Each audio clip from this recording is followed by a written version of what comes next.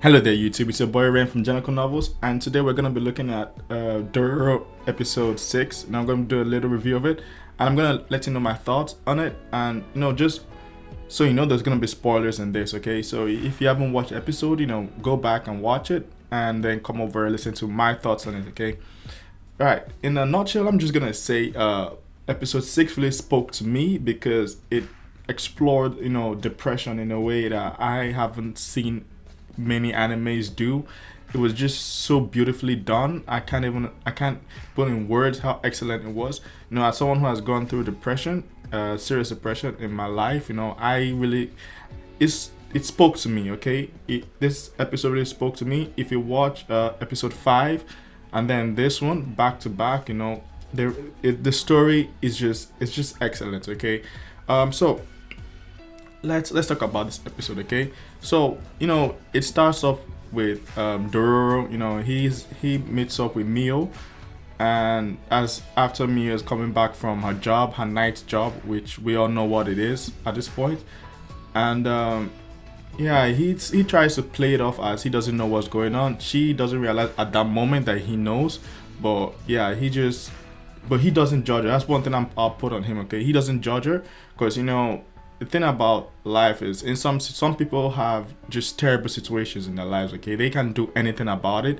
and they're forced to do some things which the rest of the world might seem unsavory or something, but they're just trying to survive. That's one thing I noticed in this episode. It pushes that narrative of sometimes people have to do some things which are not loved by the whole world, but first of all, she's not hurting anyone, and she's doing it for a greater cause. Okay, she's trying to save herself and this bunch of kids, disabled kids in this home. And yeah, so after that, we got to Hyakimaru, who at this point is he has lost his leg. Okay, I mean he's just having a bad day. The first real feeling he ever feels, is pain. The first, it's not the warmth of a hug. It's not, someone touching his face, telling him I love you. It's not a kiss. No, the first real feeling he registers in his life is the pain of losing his leg. That's just terrible. Okay, and he's trying to come to grips with that, not having a leg. He wants to go fight the demon, and but everyone is like, no, you can't go fight right now. You're not in the best of shape. Okay, you can't go do that, and they're trying to hold him down, talk to him, and all of that. And then we cut over to Hyakimaru's father, and there's this tension going on in the village now, in their domain right now. Okay, they haven't had rain in a while, so everyone is waiting for rain, and you see the clouds coming over the horizon. So the villagers are like, yeah, there's gonna be rain, crops are gonna grow, it's gonna be good. And then we cut over to the father himself, okay, and his son, I've forgotten his name. And they're basically, the son wants to go to war, okay, against this rival clan. This clan who were once the vassals, but now they're kind of rebelling against them, and they want to go and the son wants to join the battle, okay, and the father is like, no, you can't go join this battle. That war isn't that easy. If you think it's something, you can just go up and that's not how it is. And then after that, you see the next his mom comes out, right? This kid, Hyakimaru's mom comes out, and she's talking to Hyakimaru's brother, okay? She's like, I'm just gonna call him bro from now on, okay? Hia bro, okay? Because I can't remember his name, so I'm just gonna call him Hia bro. So when I say Hia bro, I'm talking about Hyakimaru's brother, all right? So Hia bro is like, his mother is like, yo, Hia bro, you can't go to war, and Hia bro is like, mom, if you talk to dad, he will say yes. And he's like, no. The dad has already said no. Anything I say won't change his mind, okay? Because he's that kind of father, the kind of guy who wants to say something, no one changes his mind. And the son, Hyabu is basically like, you don't love me. And mom is like, how do you say I don't love you? I love you. Like, which kind of mom doesn't love a son? And then Hyabu walks away. Now, there was something there. There was this powerful scene where Hyabu is living with his, his own vassals, his own little entourage, and they're telling him that his mother loves him, that she has always been nice to him. And he's like, yeah, I know. He knows that his mother has always been nice to him. She has never been mean, but it's not enough to be nice. Children are very sensitive these days, okay? It's not, even in the past, children are very sensitive, okay? It's not enough to be nice to a child. Children can pick up when you're holding something back, okay? And just from the few episodes I've watched, I felt tension whenever, the mother and Hiabro were around each other, okay? Because basically the mother always had this face, this look on her of, I'm missing something else, okay?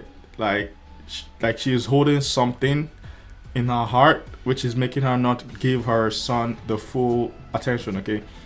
We cut to this scene where, Hiabro, as a child, he's climbing up this tree, and he looks at his mother and he's like, "Yo, mom, I'm here. Come on, see me." And his mom doesn't even pay attention, okay? He's a kid, like 4 years old or something, on a tree. He could fall and die, but his mother doesn't pay attention, okay? She's still praying at the broken statue of the Buddha who saved Hyakimaru, and it's like, come on, yo, like, you might be nice to your kids, but if you don't show them that love, if you don't show them you really love them, they'll pick up on it, okay? And Hiabro picks up on it. He picks up on it, and it's shaping his life so far, okay? He feels that there's something in his life that he might feel like it's him that's doing something wrong, okay? He might feel that, I did something wrong, and it has nothing to do with him, okay? He wasn't there when Hyakimaru was born. He had nothing to do with the decision to, sacrifice Hyakimaru. None of that, okay? And basically he's suffering for all of that because both parents, they act weird around him, okay? His dad doesn't give him the whole, respect that he wants, and his mother basically, she treats him like a good boy, not like a son, okay? She treats him like a good boy who lives with her, all right? So a boy she cares about, but not like a son, okay? She doesn't give him that unconditional love which you expect from a mother, so yeah, he can feel that and he doesn't like it, okay? And I have a feeling that this is going to come to a head when he finds out that Hyakimaru is his brother, which he will, and I feel like that'll be the major source of that conflict, the feeling of, Hiabro feeling like, yo, why would he do this to me? Like, why do I have to pay because of you, right? And Hyakimaru probably doesn't even care at that point because he has never known his parents, so, there'll be conflict there. It's building up to it, we'll see it eventually. And yeah, that we cut away from that and we go back to the two clans, okay? The two warring clans, they're in their respective places where they fight, and the one of the rebel force are basically like, we have to look for the Hyakimaru's father's forces. They're basically like, yo, we have to go clear out all the spies, and we have to, do something to show their boss that, everything is okay, all right, that everything's kosher in the village and everything, the war is going well. And, they go about this the worst way possible, because that's what they do, okay? They decide that, okay, there's this girl who has been coming to their camp every night, to gain money. She sells her body for some money, but at the same time she also goes to the other camp, all right, the rebel camp, to do the exact same thing for money, all right? So, and they use that as an excuse to say, okay, she is a spy, okay, and they're gonna go get rid of her, all right? So while that is happening, we also cut to Hyakimaru, okay? He has built himself a new wooden leg, and he goes on to go fight the demon, okay? To go take on the demon, because he's not the MC that's gonna sit down and wait for someone to give him permission to do anything. He's not that kind of main character, okay? He just wants to kill all the demons, okay? That's who he is, okay? So he goes on to fight the big ass scorpion, and because of that, he's not home when these samurais come over to the house where the handicapped kids and Mio are living, all right? And they basically, the samurai basically kill everyone, right?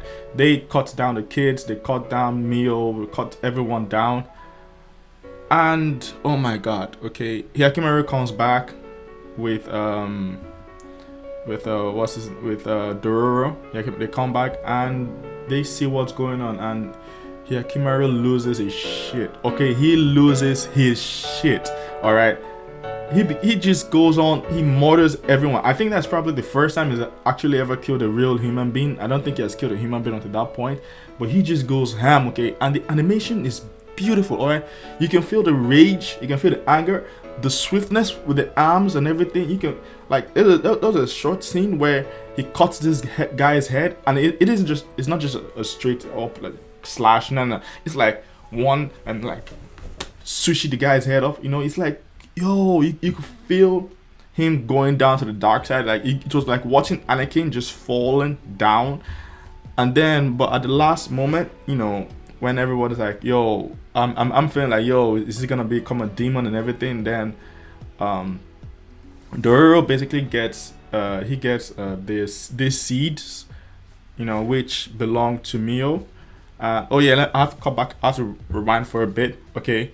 Earlier in the episode, Mio talks about her dream, you know, which is, sorry, not Mio, one of the kids talks about them and Mio's dreams, which is basically to, you know, build this rice paddy. You know, they want to have the biggest rice paddy in the entire world. You know, so they'll have green in the spring, golden in the fall. You know, they'll be happy. There'll be more food for everyone. No one will starve. That kind of stuff. And yeah, that's a dream. And they say basically Mio is working hard for that dream. So everything she's doing every night is to be able to get those rice seeds. Okay. Now I'm not gonna lie. At first I was like, okay, that's just a tale she's telling the children to make them feel better. She doesn't actually believe she can do this. That was the cynic in me talking. But by the end of the episode, we see in Mio's hands a bag of seeds. Okay, so she had basically worked so hard that she finally had enough money to get this bag of seeds for the rice paddy. And Dororo grabs the seeds and he gives it to Hyakimaru, and it's basically like, you know, she didn't lose. Okay, she accomplished her dreams. You know, what she wanted to do, she did it. So she didn't lose. Okay, so please do not lose yourself. All right, you know, don't lose yourself to this. Okay, she won. You know, she might have died in the end, but she accomplished her dream. Okay, she got the rice paddy. She was gonna get everyone out of there. You know, and here's the thing. Okay. Here's why this episode touched me, right? It's basically a message to everyone out there, you know, who is suffering right now from depression, or, you know, having a very terrible life right now. Maybe you're trying something and it's just not working. It's like, you know, eventually it'll work out. Like, life will kick you in the nuts every single day. Like, life is out there just to put you down. Sometimes it feels that way, but if you work hard enough, grind hard enough, you know, you win. Okay. And that's what Mio did. Mio won in the end, right? But, you know, it still didn't have a happy ending. You know, she died, all right? She died. And that was one of the... So, in one episode, they had the redemption and both the fatality of life, which is, you know, it's just painful because, you know, she got what she wanted. You know, the dream was complete. And just when they finally had a way out, you know, life just comes and cuts them all down. And it's like, why why though? Like, it's just not fair, you know. But that's how life is, and I feel like that's what Dororo is going for. Like, they're preaching about life, you know, all the different stages of how things can go wrong, things can go, and, you know, how you have to fight despite everything like that. You know, you can't give up just because life shits on you. And that's basically what Dororo says to Hyakimaru. Okay, like, you know, you can't give up, you can't become a monster just because of this. You know, her dream was to get these seeds. You know, you take on her dream now, and we're gonna make her dream become reality. You know, and so they walk away. All right. Okay, one more thing. At this point, Hyakimaru's leg grew back when he killed the scorpion dude. Okay, the demon he was fighting. Okay, he killed the demon and his leg grew back. So we now know that if a demon basically, like, let's say, cuts off his hand, if it's a demon that does it, one of the 12 demons or whatever in the shrine or whatever, if it's one of those demons, he will get it back. So we know that now. But I believe that if he loses the leg in, you know, just to a random fight on the road, like a samurai or something, I don't think it'll grow back. So I think it's only when he loses something related to the demons that he gets it back. I might be wrong. I purposely don't want to go read the manga or anything because I don't want to spoil it for myself. Yeah, so yeah, he has his leg back, so that's good. and he can talk now. Oh my God, his voice though, yo, the first thing he says, the first thing he says is me, yo. Do you know why that's painful? Because the first thing this dude ever says is mourning the death of a loved one. That's the first thing it says. Okay, we have five senses. Let's go through your senses. Okay, we have five senses, right? Five senses. We have five senses. Okay, we got sight, sound, smell, touch, and what's the last one? Sight, sound, smell, touch, taste. Okay, I don't know about his taste because I don't know if he can taste what he eats. We've not had anything to indicate yes or no. So I'm just gonna assume he can taste food. For smell, again, when he didn't have a nose, he could still breathe. So I don't know if if his breathing, if he can smell stuff or if he just breathes. All right, so we don't know that. So I'm gonna put that away too. But we now have sight, sound, and fit touch. Okay, so the first thing he ever really feels is, basically, what's the first thing he feels? Let's say getting his leg cut off. That's the first thing that really registers amongst his feelings. Okay, is getting his leg cut off. That's the first immense pain, right? The first thing he ever hears was listening to the girl's song. Okay, but that song isn't. He thinks it's something beautiful, but that was a song that was sang to escape from basically hell. All right, when she wants to escape from hell, that's a song she sings. Okay, so when these guys are ramming in her, she tries to escape by singing that song to a beautiful place, Tahiti. It's a wonderful place. She makes her own Tahiti, right, with a field of gold, beautiful fields of gold and everything. So that's the first thing he feels, pain. The first thing he hears, sadness. The first word he speaks, sadness too. It's just like everything he feels. It just, all his emotions are just surrounding sadness and pain, and I don't know if it was deliberate on the author's part, but yo, it was just painful. Okay, I just find it painful. I'm just wondering if when he gets his hands back, the first thing they're gonna do with the hand is choke someone to death. I don't know. Like, if we continue this trend, that'll probably be the next thing. All right, so let's move on. For me, there were two highlights to this episode. Okay, the first was Dororo and Mio talking, when Mio says, when Mio realizes that Dororo knows what she does, and she's like, so you know what I do, and she just says she's not ashamed of what she does. Okay, now why this is powerful is because it speaks to a lot of women and men in real life who have to do less than savory jobs. They have to do things which other people frown on. I'm not talking about illegal stuff that harms them. I'm not talking about crimes, basically. I'm talking about things that people look at and be like, I don't really like that. I don't want that around my kids. Stuff like that. Okay, they have to do those kind of jobs in order to make a living, not just to survive. Okay, because they can't find jobs anywhere else, and they're forced to do this just to survive. Some of them do it to get through college or stuff. So there's a lot. It's basically saying, I have to do this, but I'm not ashamed, okay? Because I know why I'm doing this. I know the purpose behind it, okay? There's a higher goal to what I'm doing right now. It doesn't end. Her life is not gonna be that.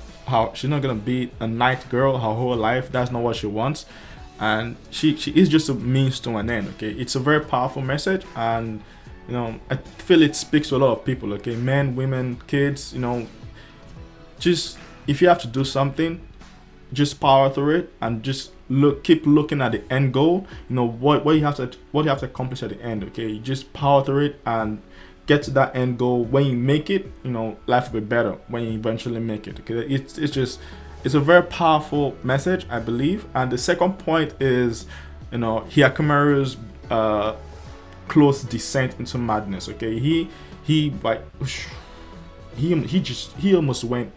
almost turned full Anakin. Okay, he almost went full Anakin, and you never go full Anakin. Trust me, you never want to go full Anakin. Okay, he almost went full Anakin. All right, and he was saved by someone else's dreams. Okay, it wasn't his dream.